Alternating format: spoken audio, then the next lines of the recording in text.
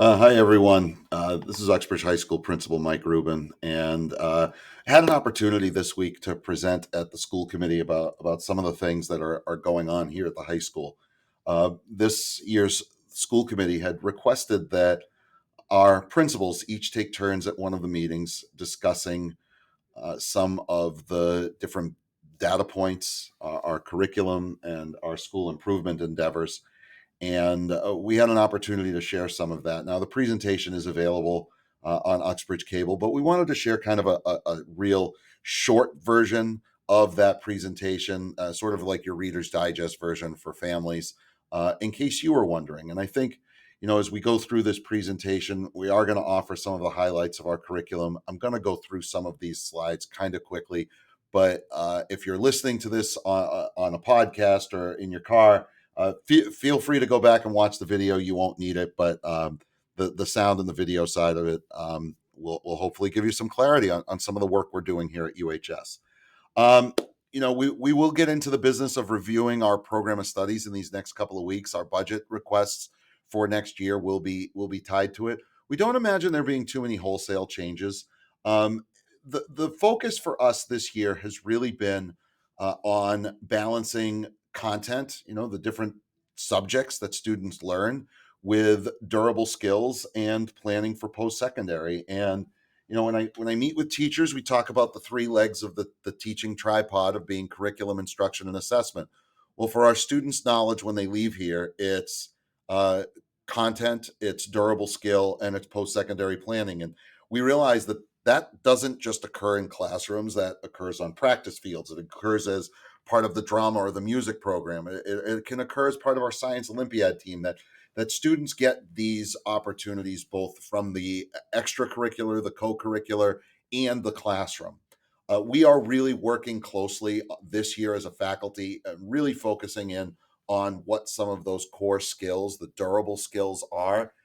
For us, they fall into a lot of different buckets, areas like growth and leadership, the ability to demonstrate good character, collaborate with others, communicate, be creative, have a sense of fortitude and resilience, be leaders, both quietly and perhaps more saliently. And I think as people see us go through those durable skills over the next few months, we are going to come up with a real focus that will enable us to say this is what we want from our students when they graduate from UHS. From a number standpoint, we are at about 600 students in our building, and the average class has about 18 students, which is a good number, and it's been brought down by the fact that we have 40 industry partners and about 70 or 80 kids out on internships. A couple of numbers to really ponder, though, is what has changed in 5 years. In 2018, about 17.5% of our students were low income, and now that's more than a quarter. Um, our number of students with who identify as having their first language not being English was 4.6%. That's up by 2% since 2018, and our high need population of 27% has gone up to 35%. So the numbers of students we have with some extenuating needs is up, but at the same time, the other things that are up include the number of students who have completed Mass Core. When I took over as principal here in 2015-16, one of our goals was bringing our program of studies into Mass Core alignment. We adjusted that program of studies for 16-17. In 2015-16, 54% of our students completed Mass Core. Last year, it was 91%. The number of students who are passing grade 9 courses has gone up from 79% in 2018 to a little more than 90% in 2023. And the number of students completing advanced courses, a number we started to track in earnest in 2018, has gone up from 54% to almost 80%. And that's something that the community should be very, very proud of. Again, some of our numbers have increased, and what we do to analyze both within these special populations and our students in general are a number of data markers. We look at MCAS scores, we look at SAT, AP scores, we look at Project Lead the Way end of course assessments. We're following how our students do with post secondary placements. We have our PLC and our department logs. PLC is an acronym you'll hear me use. It stands for Professional Learning Community, and it's the structure that our departments take in terms of their common planning. Something else that was a real focus area, particularly coming out of the pandemic, was attendance. We reduced the amount of students that we had last year that were chronically absent and chronically tardy. But the number of students that were hospitalized specifically with mental health referrals increased. We improved our record keeping with discipline, and we've improved our responses to students who have significant issues in terms of mental health, referral, and hospitalization. Those are areas that we are going to continue to shore up and make budgetary requests for in terms of maintaining our counseling staff and maintaining our differentiated supports for students, because we want to make sure that for students who need whatever they need, whether it's academic support, emotional support, family support, behavioral support, that we have our students have their needs met and our families have their needs met. And the next piece I really want to address is and spend a couple of minutes on is our career pathways program. The terms innovation pathways are used by the Commonwealth. Our innovation pathways, we have four in business and finance, manufacturing, biomed, and information science. Um, 300 students in our building are involved in some sort of career pathway. Uh, this is not vocational light. This is not trying to take away from the great work that our colleagues at Blackstone Valley Tech does. What it does do for us is it gives students a why. It creates authentic learning for students that gives students some skin in the game for post-secondary placement, and for families, allowing our students to experience what they may want to do after high school before spending a ton of money on college. We have had more than 70 schools visit us over the last couple of years to get a sense of what UHS does. And I've shared this story before. There's a lot of pride for me. Last year, when I went to the Innovation Pathways opening symposium of all the new designees in the spring, and all three schools that were presenting said, well, the first thing you do when you're thinking about implementing a career pathway is you go see Uxbridge High School. We are the model. We are the school that is doing this the best. We are the school that has made this a part of just how we do business, and our students are benefiting so much. We do have some work to connect our durable skills and our vision of a graduate to these pathways and incorporate career planning for all students. And we are continuing to find ways to develop more credentials. Our students in engineering, for example, all earn an OSHA certification when they leave. Our students in digital media are all earning Adobe certifications. And we want to make sure that we are leveraging all of those opportunities so students have really thorough, really impressive resumes when they graduate from UHS and have taken part in one of these career pathways. Um, from an MCAS standpoint, there are some areas that we did really well with last year. In particular, really proud of the work that was done in grade 8 science from just a score standpoint, and also in grade 10 math. Our growth percentile was very high in grade 10 math. We did much better in English language arts last year with respect to areas like grammar and connecting to different forms of text. Our students did well with some of the informational text and some of the poetry, but production of writing, particularly writing prompts that ask students to maybe apply things in a different way, take a different perspective, write some narrative from the lens of a different character of a prompt they had just read. That's an area that we need to work on, as well as question types that have multiple responses that could be worded a little awkwardly. Questions that ask students to identify perhaps a most likely or best reason. In math, we had, like I said, significant growth in grade 10. Numeracy and number sense are an issue, but it's not the biggest issue for us because that did get better. Multiple step problems have become a real bugaboo for our students, and certain geometric concepts, I think, are also very challenging. What was really strange, and I've used this word in discussing this with our staff, is that some of the responses almost seemed schizophrenic. We'd have two questions around um, or by, very by schizophrenic, I mean almost like multiple personality, and I say that respectfully. That you could have two questions about triangles or two questions involving the Pythagorean theorem, and on one question our student knocked it out of the park, and on another question not so well, and it was the same exact concept. The other part where our students did extremely well were questions that had to do with real world scenarios, and I think that speaks to the connection that is happening in science, engineering, and the other career pathways. And science, our grade 6, 7, 8 curriculum, Open SciEd, is an absolute win. The co-taught sections that we've reinforced with students with disabilities, a win. The way that we have modeled some of the instruction in grade 9 physics and grade 8 science are a win.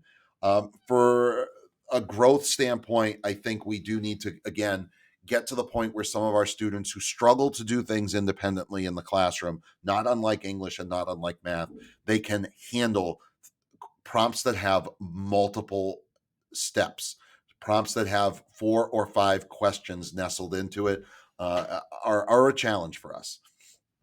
And finally, in terms of just programmatic growth, something I'm really proud of with our Project Lead the Way program is just the way that we've incorporated access for our entire school community. 25% of our student body is involved in a Project Lead the Way class. For model schools across Project Lead the Way, it's 17%. For schools in Massachusetts, it's 10. From an equity standpoint, uh, in most Project Lead the Way model programs, only 2% of the students are students with disabilities. And here at Uxbridge, it's 15% of our students participating are students with disabilities. From a low income standpoint, 13% nationwide, but for Uxbridge, 23%. And for females, nationwide, it's 33%. And here in Uxbridge, it's 42%. So I'm really proud that we've been able to really drill into some of our real specialized populations and give them some opportunities in the STEM fields that may not be there otherwise. Uh, so another focus for us this year is just having our educators use their common planning time, their PLC time, to focus on things like reports from the state and the metrics on some of these assessments, to use feedback purposefully to drive student learning higher, to develop a sense of feedback on both skills and content that goes beyond just looking at what did I get for a grade from a student standpoint. Some of the things we do think we do well, I think that this school is probably one of the best you'll find at authentic learning. And by authentic learning, I mean real world and making connections that students can see as having a why do we do this answer. I do think that our school provides a lot of support for students who struggle, both over a course of long periods of time and also in the more immediate. Some students just have that need, like a drinking faucet, for counseling to be turned on for a moment. They get their what they need from it, and then they move on. But I think we do a good job of balancing both.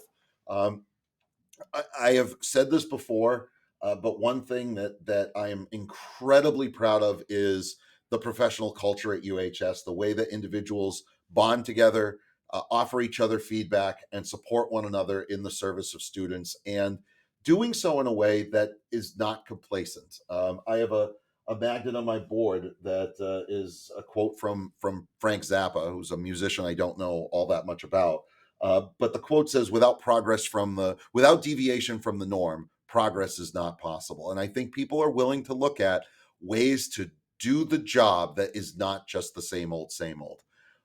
We do have areas to grow. We are working very closely on an English alignment. There are new health and wellness standards. The next generation science standards continue to be an area for us to implement. Um, Depth of knowledge remains a challenge. There's going to be a civics MCAS this year for our grade 8 students. And that civics MCAS is going to talk to our students, or ask our students to respond to an area such as how was the United States government formed, but to do so with potentially reading an excerpt of a letter written by John Hancock to Thomas Jefferson, or something to that effect, and being able to break that down and then say, not only this is what I'm reading, but this is how it applies to a broader skill. We've had a lot of support from grant funds that I think we want to maintain as opportunities in our school. I think from a funding standpoint, we are going to 100% be asking for for the resources to continue to do some of the things we've been doing. I don't think it's going to be anything that's going to people will look at and raise their eyebrows and say, "Why does the school need that?" Because we do need it, and part of that is significant professional development for our staff, so that we can continue to stay above the curve, not just meeting sort of a complacent level of expectation. Um, we do put our goals this year into three main buckets. One being that of curriculum, continuing to look at English, math, science, wellness, counseling, our support programs to make sure they're aligned with student needs. Our Dean of Students, and through a restructure of one of our existing programs, working with our Independence Project on leveraging business program, not the business program, business and industry partnerships to our colleagues here in the building to help us drive learning, and then enlisting the support of the community. We have great athletic programs. We have great extracurricular programs. We have unbelievable, I think, academic programs, and we want to sustain them here in the school, and also getting parent feedback as we build out our vision of the graduate. I also think that, for every year I've been here, we've tried to focus on communication. I pride myself on being very transparent and proactive with respect to communication, but also realizing that there are a lot of different ways people like to receive their information. If you're hearing this, it's on a podcast. If you're watching this, it's a video that was probably shared on Parent Square. You might just check out Twitter or Instagram from some of our, or whatever Twitter's called now, from some of our folks in the building.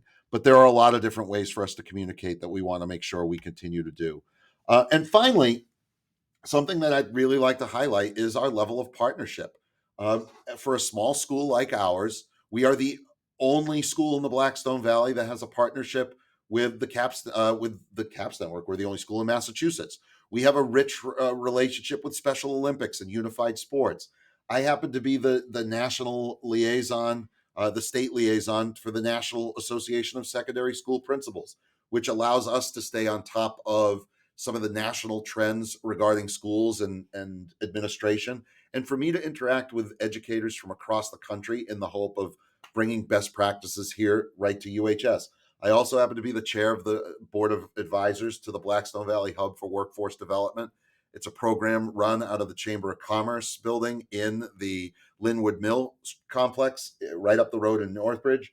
And being part of the Blackstone Valley Hub allows our students to take some classes in areas they may not have thought possible. Things like cybersecurity and advanced manufacturing and video game design that are not necessarily offered here at UHS. And finally, we are an affiliate of the National Consortium of Secondary STEM Schools. There's only 3 or 4 of us that are in Massachusetts that are belonging to that program and or that organization. We're not as involved with NCSSS as we have been in the past, but again, gives us an opportunity to see this is what the best and brightest science and engineering math students across the country are doing, and how we can model some of our programs and vice versa. Some of the feedback they get from us has resulted in Uxbridge being sort of taken out into different parts of the country and seeing our seedlings grow. I did share with the school committee some areas that they can recognize and support us as a school. Namely, I think it's great that Uxbridge High School is recognized as a well-respected leader in the Commonwealth and the nation, and that when we bring ideas forth here, we are not doing it in a vacuum. We do have positive intent. Some of our needs may be fluid and may seem surprising at times to community, but I can promise you that our learning is extending beyond this 01569 zip code, and we are putting our students and our staff, and therefore this community, in the best place possible. When we get to budget, I can promise you that what we present as a school council, as a principal, is going to be based on what we need. It's work that we're doing right now, to be very honest. And finally, as we continue to advocate for our school and for our needs, recognize that we do so in partnership with our families and certainly our staff here at the high school. So that basically sums it up in a nutshell. And I hope people found this somewhat informative. I thought the school committee had some excellent questions about some of the work that has been done. I want to thank Mr. Bertrand, our assistant principal, Mr. Mora, our dean of students, who also participated in that presentation, and certainly the members of the committee who offered us some really pointed questions that I found helpful. And um, for those of you who may have been part of the committee or part of the community several years ago that listened to that had just listened to this podcast, when those goals were established upon my arrival in 15-16, we took them to heart, and we continue to build on them as we move forward. And they were not in a vacuum. They did not exist then in a vacuum, and they don't exist now in a vacuum. We'll continue to do all we can to make UHS certainly the school and the institution that everyone wants to aspire to be like. That's my goal. Not to just be something that our families here can look at as a source of pride, but this entire region. So I thank you for your time. Appreciate you listening in. And again, this has been, I guess, a version of the Uxbridge High School Spartan podcast, but a version of it that includes our presentation this week to the school committee. Thank you so much, everybody. Be well, be safe, pray for peace, and have a great rest of your day.